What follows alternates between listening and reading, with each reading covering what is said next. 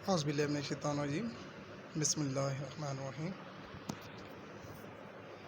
پیارے بچوں، اللہ تعالیٰ کے بابرکت نام سے آج کے لیکچر کا ہم آغاز کرتے ہیں اور دعا گو ہوں کہ اللہ پاک آپ کو صحت و تندرستی والی زندگی عطا فرمائے، آپ کو بھی صحت مند و تندرست رکھیں اور آپ کے اہل خانہ کو بھی صحت مند و تندرست رکھیں اور ہر طرف خیر و عافیت ہو۔ بیٹا، آج آپ کے سامنے آپ کا پیارا ٹیچر وحید شاد جماعت ششم اردو الف کا تیسرا لیکچر لے کر حاضر ہوا ہے۔ اس سے پہلے 2 لیکچر ڈلیور کیے جا چکے ہیں۔ اگر آپ نے وہ لیکچر اٹینڈ نہیں کیے ہیں یا مس کیے ہیں تو میں اس ویڈیو کے ڈسکرپشن میں اس کا لنک دے دوں گا اس ویڈیوز کا، تو آپ وہ ویڈیو وہاں سے جا کر دیکھ سکتے ہیں۔ آج کا جو لیکچر ہے جماعت ششم اردو الف، تیسرا ہفتہ، کتاب کا نام سریر خامہ، صفحات ہیں ہمارے پاس 10 تا 15۔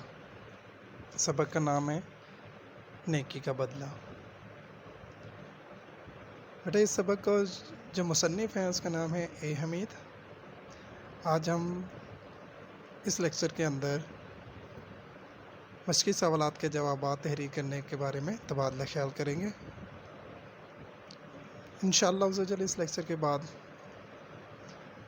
آپ لوگ اس قابل ضرور ہو جائیں گے کہ سوالات کے جوابات انفرادی طور پہ تحریر کر سکیں۔ بیٹا، جیسا کہ میں آپ کو پچھلی ویڈیوز میں بھی بتا چکا ہوں کہ سوالات کے جوابات تحریر کرنے کے لیے سب سے پہلے ضروری بات جو ہوتی ہے وہ سبق کا متن ہوتا ہے۔ سبق کا متن تبھی ذہن نشین ہوتا ہے کہ اگر آپ نے سبق کی بلند خوانی اچھے سے اور اچھے طریقے کے ساتھ اس سبق کو پڑھا ہو، سمجھا ہو، تو پھر ہی آپ لوگ سوالات کے جوابات اچھے اور مؤثر انداز میں تحریر کر سکتے ہیں۔ پھر آپ سے یہی گزارش کروں گا پچھلے سبق کی طرح، پچھلے لیکچرز کی طرح جیسے، پھر اس بار اس ویڈیو میں یہی گزارش آپ سے کروں گا کہ اگر آپ نے سبق کو اچھے طریقے سے نہیں پڑھا ہے تو ایک مرتبہ میرے کہنے پر آپ دوبارہ سبق کو اچھے طریقے سے بلند خوانی کو پڑھ لیے، مشکل الفاظ کو سمجھیے، جن کے معنی سمجھ میں نہ آ رہے ہوں تو اپنے پاس ایک چھوٹی سی لغت رکھیں، اس میں سے ان الفاظ کے معنی تلاش کر ذہن نشین رکھیں۔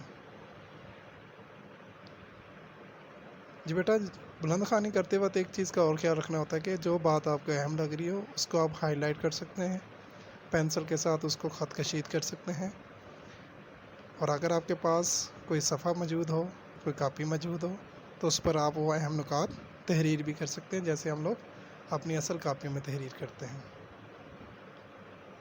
تو یقیناً آپ لوگ ماشاءاللہ سمجھدار بچے ہیں اور آپ لوگ کو پتہ ہے کہ جب لیکچر ہم دے رہے ہوتے ہیں تو آپ کے پاس کاپی پینسل کا ہونا ضروری ہوتا ہے، تاکہ آپ کو جو بات اس ویڈیو کے دوران اہم لگ رہی ہو اس بات کو آپ اپنے ذہن نشین کر لیں، لکھ لیں، تحریر کر لیں، تاکہ جب آپ لوگ اپنا انفرادی طور پہ تحریری کام کر رہے ہوں گے تو آپ کو کسی قسم کی مشکل یا دشواری کا سامنا نہ کرنا پڑے۔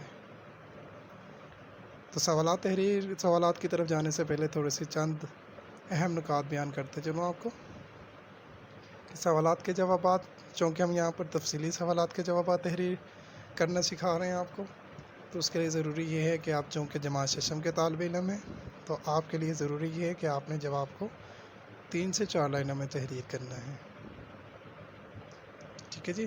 جماعت پنجب میں چونکہ اب کلاس چھوٹی ہوتی ہے تو وہاں پر الفاظ کی تعداد بھی کم ہوتی ہے، تو یہاں پر آپ نے 3 سے 4 لائنوں میں کم از کم اس میں ہمیں تحریر کرنا ہے۔ سوال کالی سیاہی والے پین سے لکھ سکتے ہیں، جواب آپ نیلی سیاہی والے پین سے تحریر کریں، اور اپنی خوشخطی کا اور الفاظ کی بناوٹ کا اور جملوں کا خیال رکھتے ہوئے آپ نے سوالات کے جوابات تحریر کرنے ہیں، تاکہ آپ کی لکھائی بھی ساتھ ساتھ بہتر ہو۔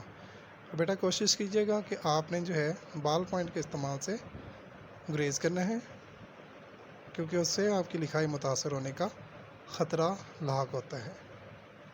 تو یقیناً اب آپ لوگوں نے اپنے پاس کاپی پینسل رکھ لی ہوگی، تاکہ جو اہم باتیں ہیں وہ آپ ساتھ ساتھ تحریر کرتے ہیں، تاکہ آپ کو انفرادی کام کرتے وقت کسی قسم کی دشواری کا سامنا نہ کرنا پڑے۔